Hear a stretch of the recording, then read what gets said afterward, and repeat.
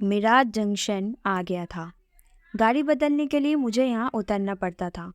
पुल पार कर मैं दूसरे प्लेटफॉर्म पर गया। मेरी गाड़ी आने में अभी देर थी। वही एक बेंच पर बैठ इंतज़ार करने लगा। तभी एक पॉलिश वाला बच्चा आया। पॉलिश पॉलिश साहब जी पॉलिश। और मेरे सामने खड़ा होकर आशा भरी नज़रों से मुझे निहारने लगा। मैंने अपने जूतों की ओर देखा। सफ़र में काफ़ी गंदे हो गए थे। खोलकर उसके सामने कर दिए। वह फुर्ती से बैठ मनोयोग से उन्हें चमकाने लगा। बरबस मुझे 1.5 वर्ष पुरानी घटना स्मरण हुई। तब भी गाड़ी बदलने में आ उतरा था। अभी मुश्किल से 15-20 कदम चला था कि 14-15 वर्षीय एक लड़का साथ साथ चलने लगा। साहब जी ले चलूं? नहीं भाई, ले चलने दो ना साहब जी। वह आर्त स्वर में गिड़गिड़ाने लगा। 2 रुपए दे देना। अरे भाई कहाँ ना, नहीं हल्का सा लगेज है तो 1 रुपया दे देना। ले चलने दो साहब जी, बड़ी मेहरबानी होगी, 2 दिनों से भूखा हूँ। हैरत से रुककर मैंने उसकी ओर देखा। फटी कमीज, फटी निक्कर, बिखरे बाल, नंगे पैर। सामान्यतः ऐसे बच्चे भूखे होने का बहाना कर भीख मांगते हैं। ये पहला लड़का दिखा जो भूखे होने की दुहाई दे काम मांग रहा था। अरे वाह, मेरे मुख से बेखास्ता निकल गया। तुम्हारी ये बात मुझे बहुत अच्छी लगी। भूख होने के बावजूद तुम काम मांग रहे हो, भीख नहीं। पहले मैं भीख मांगता था साहब जी। सूटकेस की ओर बढ़ रहे उसके हाथ क्या सकूचा गए। तुम? हाँ साहब जी। आंखें झुका हुए हौले से बुदबुदाया। मैं कुछ समझ नहीं पाया। होठ बीच उसने धीरे से नजर उठाई। मैं तो जन्म का भीख मंगा था, ना बाप ना माँ। इधर उधर मांग कर खा लिया, किसी का फेंका हुआ उठा लिया। फिर एक बार एक औरत मिली, यही इस स्टेशन पर। वो जो 3 नंबर प्लेटफॉर्म है ना, वहाँ उसी घड़ी के नीचे। कुछ महीने हो गए। घोड़ू यानी वह लड़का उस दिन भी अपनी रोज की आदत के मुताबिक मुसाफिरों से भीख मांग रहा था। वह महिला अपने बच्चे के संग बेंच पर बैठी ट्रेन का इंतजार कर रही थी। घोड़ू उनके सम्मुख हाथ पसार कर खड़ा हो गया। मेम साहब, क्या है? कुछ खाने को दो ना, भूख लगी है। महिला ने कुछ क्षण उसे ऊपर से नीचे तक देखा, फिर अपने सम्मुख बैठा स्नेह से समझाया। देखो, जो शरीर से लाचार होते हैं, भीख मांगना उनकी मजबूरी हो सकती है। तुम क्यों मांगते हो? भगवान ने तुम्हारे हाथ पाँव सब सही सलामत दिए हैं। घोंडू ध्यान देने का नाटक कर मुंह ताकता वैसा ही बैठा रहा, ये सोचते हुए कि बकने दो जो बकती है, भाषण देने के बाद खाने को तो देगी ही, सुनते रहो। महिला ने हिम्मत नहीं हारी, पूर्वत स्नेह से समझाती रही। अभी मैंने देखा, उस छोटी बेबी ने अधखाया बड़ा फेंका, उस बड़े पर उधर से कुत्ता लपका, इधर से तुम भी। अच्छा लगा तुम्हें वैसा करते हुए, इंसान होकर कुत्ते की बराबरी करते हुए। घुंडू सक पकाकर महिला का मुंह देखता रह गया। महिला फिर भी चुप ना रही। उसके सुप्त मनोभावों को उभारा। तुमने उसके पहले एक सेब खाया था, वो उधर पटरी के वहां पड़ा था। वो तो किसी मुसाफिर का गिरा हुआ था, कोई मालिक नहीं था उसका। मैं उठाकर खा गया। उतनी गंदी जगह का। महिला के चेहरे पर उल्टी करने जैसा भाव उभर आए। जरा देखो पटरी के वहां, तुम्हें घिन नहीं आई? वह कोई सफाई पेश नहीं कर पा रहा था। गरीब को काहे की घिन मेम साहब? इसमें गरीब अमीर की कौन सी बात आ गई बेटे? आखिर तुम भी एक इंसान हो। जैसा दूसरों का शरीर है वैसा ही तुम्हारा भी है। दूसरों को बीमारी लगती है, तुम्हें भी लग सकती है। फिर क्या खाना चाहिए ऐसी गंदी जगह का? घोंटू के मुंह से बोल नहीं फूट पा रहे थे। जिंदगी में पहली बार कोई उससे इतनी इज्जत से बात कर रहा था, उसे इंसान समझ प्रेम से समझा रहा था। वरना आज तक हर कोई उसे कुत्ते की तरह धुतकार कर हठात उसकी आंखों से आंसू झलक पड़े। कुछ समझ में आई मेरी बात? महिला ने आगे झुक उसके कंधे पर हाथ रखा। मेम साहब, रूंधे कंठ उसने अपना चेहरा ऊपर उठाया। मेरे को तो एक ही बात समझ में आई। कौन सी? आप बहुत अच्छी है। आप मेरे को खाने को नहीं देंगी, चलेगा, मेरे को कोई गम नहीं। आप मेरे से इतना प्रेम से बोली, मेरे को ये बहुत अच्छा लगा। पहली बार कोई इतना प्रेम से बोला। आज मेरे माँ बाप होते तो तुम्हारे माता पिता नहीं है? होठ बीच उसने सिर हिला अपने अश्रुपूर्ण नयन झुका लिए। ओ, महिला का सवाल संवेदना से भीग गया। अच्छा, तुम्हारा नाम क्या है? गोंडू। देखो गोंडू, तुम चाहते हो ना तुमसे भी लोग प्रेम से बात करें, तुम्हें सम्मान दे, दुत्कार नहीं। हाँ मेम साहब। फिर कुछ काम किया करो, भीख नहीं मांगना, अपनी मेहनत की कमाई खाना। मेहनत करने वाले की हमेशा इज्जत होती है, करोगे ना? महिला के समझाने का ढंग इतना प्रेरणादायक एवं मन को छू लेने वाला था कि घोंडू ने उसी क्षण वादा किया, अब कभी भीख नहीं मांगेगा। मेहनत मजूरी कर जो भी रूखी सूखी मिलेगी उसे में गुजारा कर लिया करेगा। शुभारंभ करवाने के लिए महिला ने अपना सामान उससे उठवाया और उस दिन के बाद गोंडू ने फिर कभी भीख नहीं मांगी। हमाली करता, मकान का गाड़ी मिट्टी का काम करता, दिन भर भटकता, जो भी पैसे मिलते उसी में गुजारा कर लेता। यूँ बीच बीच में ऐसा कोई मर्तबा हुआ कि उसे पेट भरने लायक मजदूरी नहीं मिली।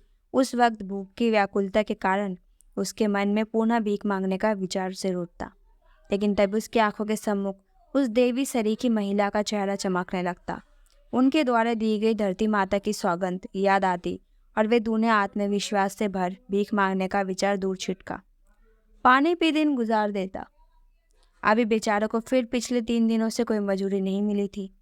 घुटनों में मुंह छुपाए हुए फूट फूट कर रो पड़ा, अब मुझसे सहन नहीं हो रही मेम साहब जी, भूख बिल्कुल भी नहीं सहन हो रही।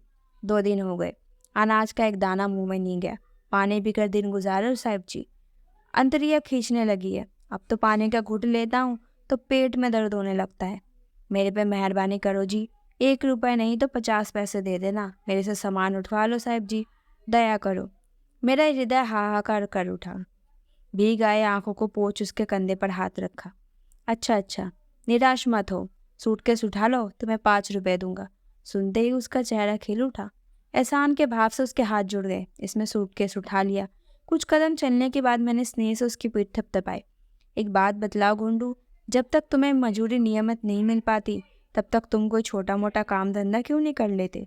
मसलन बूट पॉलिश। साहब, आंखें फाड़ उसने मेरी ओर देखा। खाने को फूटी कौड़ी नहीं है मेरे पास, बुरुश पॉलिश खरीदने को पैसा कहाँ से लाऊंगा? मैं हौले से मुस्कुरा दिया। उससे इसी उत्तर की आशा थी मुझे। अपनी योजना आगे बढ़ाते हुए मैंने उसके चेहरे पर नजर गड़ा दी। अच्छा, यदि मैं पॉलिश दिलवा दूँ तब कर लोगे? चलते हुए हठात वह रुककर मुझे अविश्वास से देखने लगा। बोलो। मगर साहब जी, वह अब भी विश्वास नहीं कर पा रहा था। मैं आपका ठिकाना जानता नहीं, मेरा ठिकाना कोई है नहीं, मैं आपका कर्ज चुकाऊंगा कैसे? उसका भी उपाय है, मैंने एक एक शब्द पर जोर देकर कहा।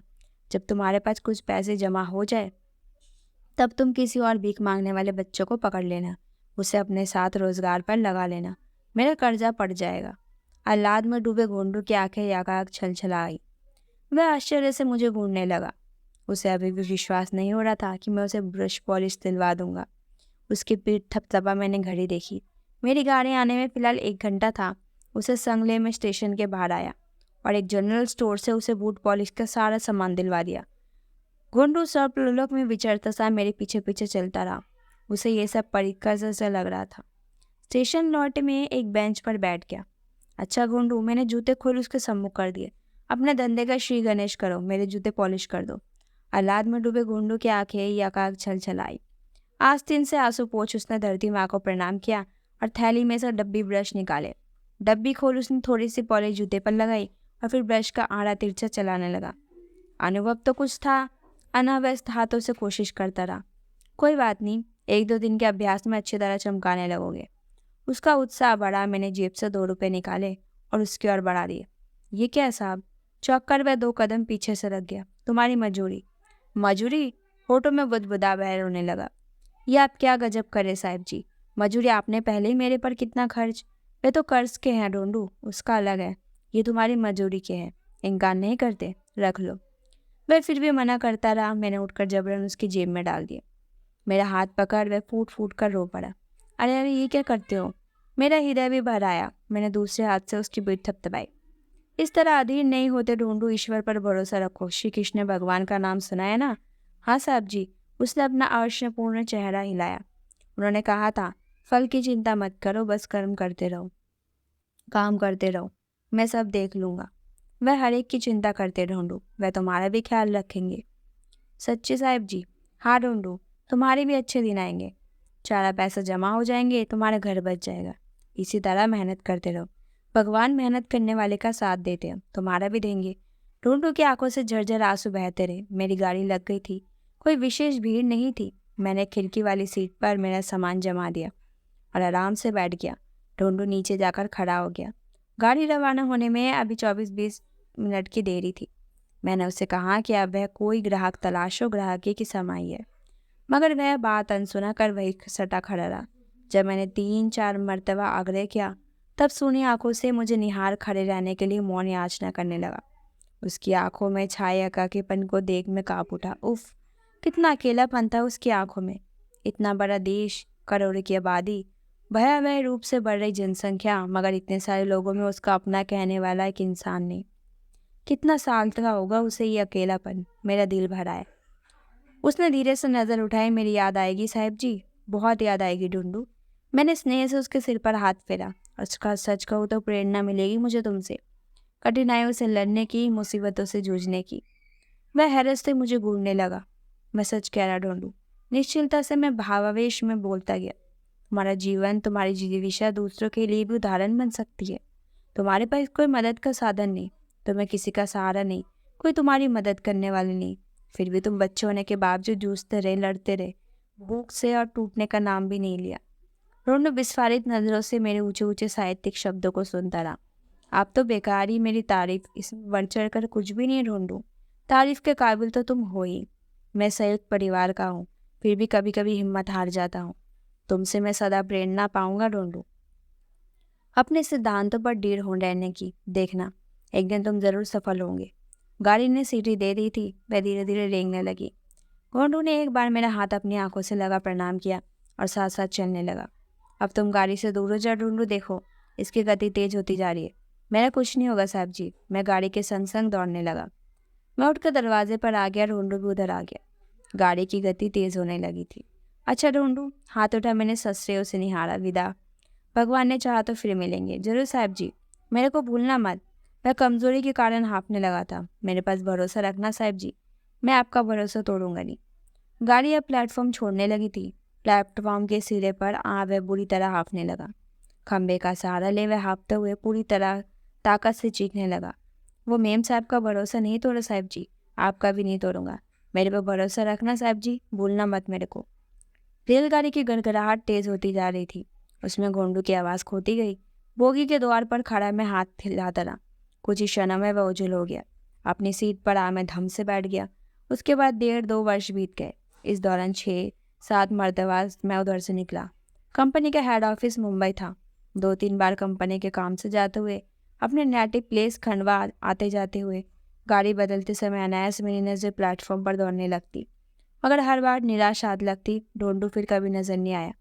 आज इस बच्चे को देख हठात ढूंढू फिर याद आ गया। बच्चे ने जूते चमका दिए थे। जेब से 2 रुपये निकाल मैंने उसके घर बढ़ाए, मगर लेने का उपक्रम ना कर वह मौन बैठा रहा। मैं परोपेश में पड़ गया। भला और कितने लेगा? तभी गौर किया, वे मुझे ना देख मेरे पीछे की ओर देख मन मन मुस्कुराए जा रहा है। मैंने तुरंत मुड़कर पीछे देखा। चंद कदमों के फासले पर ढूंढू खड़ा मुस्कुरा रहा था। पहले से चुस्त तंदुरुस्त, कपड़े ठीक ठाक, पाँव में जूते भी। हैरत से मैं किलक पड़ा, रे ढूंढू तुम? हाँ साहब जी। आह्लाद में डूबा सा ढूंढू आगे बढ़ा और मेरे पाँव छूने लगा। मैंने पकड़कर गले लगा लिया। बहुत खुशी हो रही ढूंढू तुम्हें देखकर। मेरा गला भराया था। मुझे खुशी है कि तुम अब भी डटे हुए हो। हाँ साहब जी। रोते हुए उसकी आंखें चमकने लगी। और मैंने आपका कर्जा भी उतार दिया। सच? हाँ साहब जी। मैं उस बच्चे को खींचकर मेरे पास लाया। ये जॉनी है। पहले ये भी, अब मेरे साथ उसका गला भराया। मेरी आंखों से आंसू बह चले। मैं गर्व से उन अन्य कर्मयोगियों को देखता रहा। स्वरोजगार का कितना सुंदर उदाहरण पेश किया था उन दोनों ने। मैंने पूरी शक्ति से दोनों को भींच कर हृदय से लगा लिया। हम तीनों की आंखें खुशी से चमक रही थी। धन्यवाद।